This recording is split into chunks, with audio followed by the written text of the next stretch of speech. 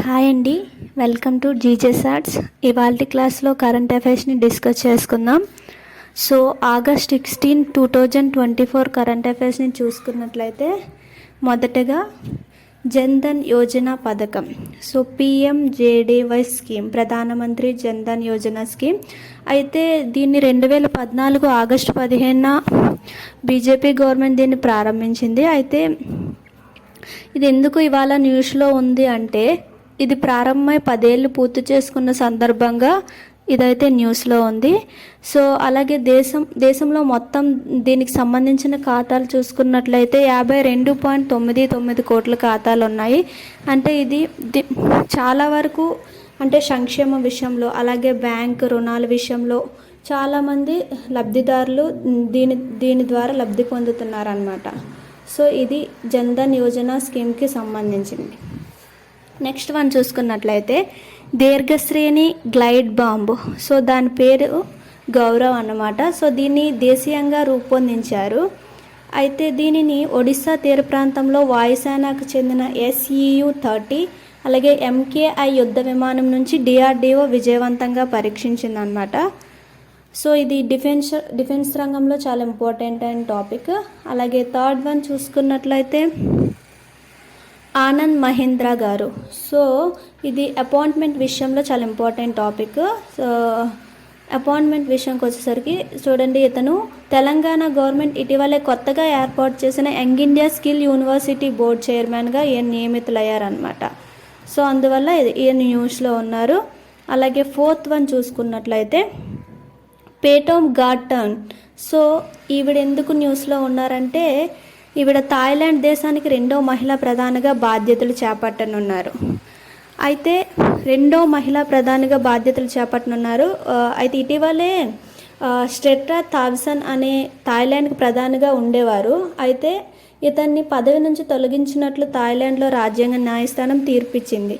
ఎందుకు అంటే, నైతిక ఉల్లంఘనలకు పాల్పడినందుకు గాను, అంటే ఒక కేసులో శిక్ష పడిన పిచట్ అనే వ్యక్తిని ఈయన తన క్యాబినెట్ సభ్యుడిగా నియమించడం వలన దీనిపైన విచారం జరిపిన రాజ్యాంగ న్యాయస్థానం తనని తక్షణమే కార్యాలయాన్ని వదిలి వెళ్ళిపోవాలని ఆదేశించింది. సో దానివల్ల ఈవిడ కొత్తగా తన పదవి బాధ్యతలను చేపట్టనున్నారు ప్రధానిగా. సో అయితే ఈవిడ థాయిలాండ్ మాజీ ప్రధాని తక్షిన్ షిన్వత్రా కుమార్తె అనమాట. సో ఈయన ఆల్రెడీ తన తండ్రి గారు ఆల్రెడీ ప్రధానిగా వర్క్ చేశారనమాట. సో అది. నెక్స్ట్ వన్ వచ్చేసరికి గ్లోబల్ హెల్త్ ఎమర్జెన్సీగా మంకీ పాక్స్. యాక్చువల్లీ ఆఫ్రికా దేశాల్లో ఈ వైరస్ వ్యాప్తి ఆందోళనకరంగా ఉందని, ఇక్కడ పరిస్థితి అంతర్జాతీయంగా ఆందోళన కలిగించే విధంగా ఉందని WHO వరల్డ్ హెల్త్ ఆర్గనైజేషన్ ఇటీవలే ప్రకటించిందనమాట. సో అందువల్ల ఇది న్యూస్లో ఉంది. అలాగే భారత్తో సహా 196 సభ్య దేశాలు అంతర్జాతీయ ఆరోగ్య నిబంధనలు పాటించాలని WHO ప్రకటించిందనమాట. సో నెక్స్ట్ వన్ చూసుకున్నట్లయితే RN అగర్వాల్. ఈయన ఎందుకు న్యూస్లో ఉన్నారంటే, persons in the news. So ఇటీవలే ఈయన మరణించడం జరిగింది. అగ్ని క్షిపణి పితామహుడుగా గుర్తింపు పొందిన RN అగర్వాల్ 84 years old. ఇతను గురువారం కన్నుమూశారు. అయితే అగ్ని క్షిపణి అనే ప్రోగ్రామ్ను భారత్ 1983లో స్టార్ట్ చేసిందనమాట. సో అయితే ఈ అగ్ని క్షిపణి రేంజ్ చూసుకున్నట్లయితే 5000 కిలోమీటర్లు. అయితే ఇతను అగ్ని మిసైల్స్ మ్యాన్గా, అలాగే అగ్నివాల్గా ఆయన గుర్తింపు పొందారు. అలాగే ఇతనికి భారత ప్రభుత్వం ఇతనికి పద్మభూషణ్తో కూడా సత్కరించింది. అయితే ఇటీవల ఇతను కన్నుమూశారు. సో దాని కారణంగా ఇతను న్యూస్లో ఉన్నారు. సో నెక్స్ట్ వన్ చూసుకున్నట్లయితే SSLV D3 అనేది చూడండి, శాటిలైట్ తిరుపతి జిల్లా శ్రీహరికోటలోని సార్ నుంచి SSLV D3 నింగిలోకి దూసుకెళ్ళింది. సో ఇస్రో చేపట్టిన ఈ ప్రయోగం ద్వారా 175 కిలోల EOS-08 ఉపగ్రహాన్ని కక్షలోకి ప్రవేశపెట్టనున్నారు. సో దీనివల్ల ఉపయోగం ఏంటంటే, విపత్తు నిర్వహణలో సమాచారం ఇచ్చేందుకు ఈ శాటిలైట్ ఉపయోగపడుతుందన్నమాట. సో దీన్ని విజయవంతంగా పరీక్షించారు. సో కక్షలోకి ప్రవేశపెట్టింది. అలాగే 8th వన్ చూసుకున్నట్లయితే జాతీయ చలనచిత్ర అవార్డులు ప్రకటన.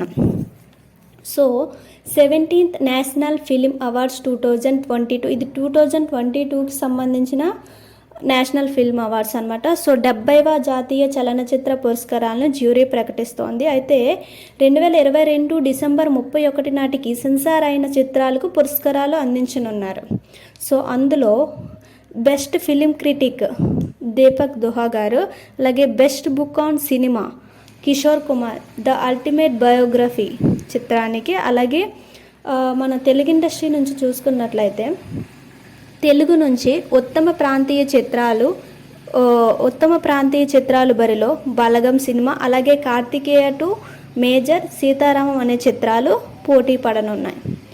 సో అలాగే ఉత్తమ నటుడు రేసులో చూసుకున్నట్లయితే విక్రాంత్ గారు, సో 12th ఫెయిల్ మూవీ నుంచి హీరో విక్రాంత్ గారు, అలాగే కన్నడ హీరో అయినటువంటి రిషబ్ శెట్టి గారు, ఇది కాంతారా మూవీ గాను, అలాగే ముమ్ముట్టి నాన్ పాకల్ నిరత్తు మయక్కం అనే మూవీ గాను, అంటే ఇతను మలయాళం